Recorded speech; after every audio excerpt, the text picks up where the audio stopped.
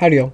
Hope everybody's having a great day. Silver Trade here again with another video. I'm getting my wisdom teeth out in about 13 hours, so we're going to try to make this a quick one. The Union of American Seaport Workers are planning on doing a strike on October 1st, so definitely fill up your car before then. And this is basically just an article on company after company that own a whole bunch of shares of GameStop. Lots of companies are holding a ton of GameStop. I mean, there are so many companies just on this page, and that's what the whole article is about. Of just companies doubling down or increasing their stake by 50%. I would read them all to y'all, but y'all wouldn't want that, I promise. And even after talking about countless hedge funds and banks buying in or doubling down, we are still at a sell rating. And please remember, none of this is financial advice. We are not financial advisors. This video is made for entertainment purposes only. Larry posted this today. Sometimes spending an hour and setting a bunch of things in motion is more satisfying than spending an hour and closing out a lot of things. He could be hinting at something here. This came out today. Interesting conversation tonight with some longtime friends exploring the transition from working in a business to working on a business. Larry is killing it with these tweets. Back in 2007, on July 17th, SPY topped out and then had a 9.5% correction, then a full recovery, September 18th, 2007, rate cuts, and then the market collapses. 2024, July 17th, SPY tops, then has an 8.6% correction, then a full recovery, and now on September 18th, we've got more rate cuts. I'm sure y'all have already seen this, but it's just crazy how the dates line up. It's like they're trying to tell us. Little known fact too, but there was a Japanese carry trade leading up to the Great Recession in 2007. Here's Japanese interest rates from 2002 for about 5 years. Rates were almost at zero, if not zero. Then it popped all the way up to 0.5. That would really hurt banks if they were borrowing a ton of money, expecting to not have to pay anything. The yen also topped out back in 2007 on June 21st. And maybe that's what Roaring Kitty's been watching this whole time. His calls are June 21st. Maybe he was trying to tell us that he knows about the yen carry trade, and maybe the yen carry trade is the main reason he came back. Could it be that he was watching SPX trend as it did in the past 4 crashes, and he noticed that the yen was trading almost exactly as it did in 2007, as well, indicating a carry trade was occurring alongside the initial GameStop run in January of 2021? And seemingly, the only reason that extra liquidity would be needed in January 2021 was to begin pumping collateral to kick the can on MOAS. Could the expiration date on his calls have been a nod at the yen, which peaked in 6/21/2007? Or even that he expected the yen to peak around June 21st this time?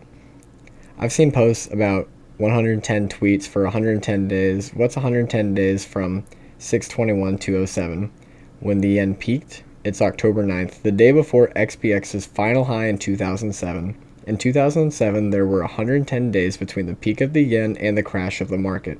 How long was the Dune tweet? Exactly 1 minute and 10 seconds.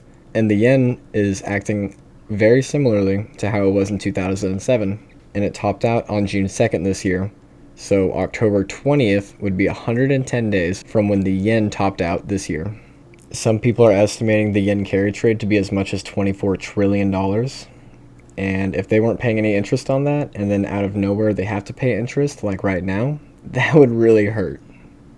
And I don't know if y'all saw this, but there was a floor trader who recently bought a ton of GameStop on September 6th. And 35 days from September 6th would be October 11th. The first day of the crash following the October 10th peak in 2007. Maybe this person's thinking the same thing. We've talked about this before, but there are people who every day email, tweet, message the DTCC, the SEC, and really any government agency that might be related to GameStop. But people every day, 567 days in a row, reach out to the government on behalf of the apes. Roaring Kitty post deciphered. The post starts with a clip from 7 Nation Army Glitch Mob remixed by White Stripes, where the guy is walking through some sort of storage room and comes across a box with GameStop written on it. He opens the box, which is filled with light. Then we get a pause screen, and the post cuts to a clip from 7 where Brad Pitt is saying, "What's in the box?" Let's focus on the pause screen, take a look at the timer on the bottom left. It's going up fast. It's hard to notice, but it's going up. Let's focus on the pause screen. Take a look at the timer on the bottom left. It goes 0 to 28, then to 1, 128, 2, 228, 3, 328, 4, 420. And the lyrics from the song Seven Nation Army go, and I'm talking to myself at night because I can't forget, back and forth through my mind behind a cigarette, and the message coming from my eyes says leave it alone. Every single one's got a story to tell, everyone knows about it, from the Queen of England to the hounds of hell. And if I catch you coming back my way, I'm gonna serve it to you. That ain't what you want to hear, but that's what I'll do. I'm going to Wichita, which is a city in Kansas. Kansas City Shuffle. Boom. He could be saying to leave Chewie alone. Then the computer crashes and he turns red and black, blue to red and black. Ring any bells? Very clearly referring to Kansas City Shuffle. Like I said, Wichita is in Kansas. And then when he says go back home, he's talking about GameStop. Tinfoil part. When the screen crashes between the blue to the red and black transformation, there's a clip of the computer screen. On the screen it says press F8 to select advanced startup options and then select safe mode. Could he be referring to calls for February 8th? Which is a Saturday, so probably not. And this guy also thinks Roaring Kitty might be working with Argos Holdings. If you go back to one of his first posts this year, he has a post where Narcos by Timmy Trumpet and Blaster Jack start playing. The only thing is, when the song is supposed to say Narcos, Roaring Kitty edited it in to say Argos, or Argos. Argos Holding owns 95% of Chewy. The clip that song plays to it is a bunch of cowboys riding on horseback. Fast forward to a later post from Roaring Kitty where the song The Dog Days Are Over is playing. In that song, she sings, the dog days are over, the dog days are over. Can you hear the horses? 'Cause here they come. I think the horses are referring to the cowboys on horseback in the Narcos clip, which is referring to Argos Holdings. And just in case you're curious, Nancy Pelosi sold about $1 million worth of Visa. And then this month, the Department of Justice is suing Visa. That was really good timing. China's weighing injecting $142 billion of capital into top banks. Very exciting for Chinese stocks.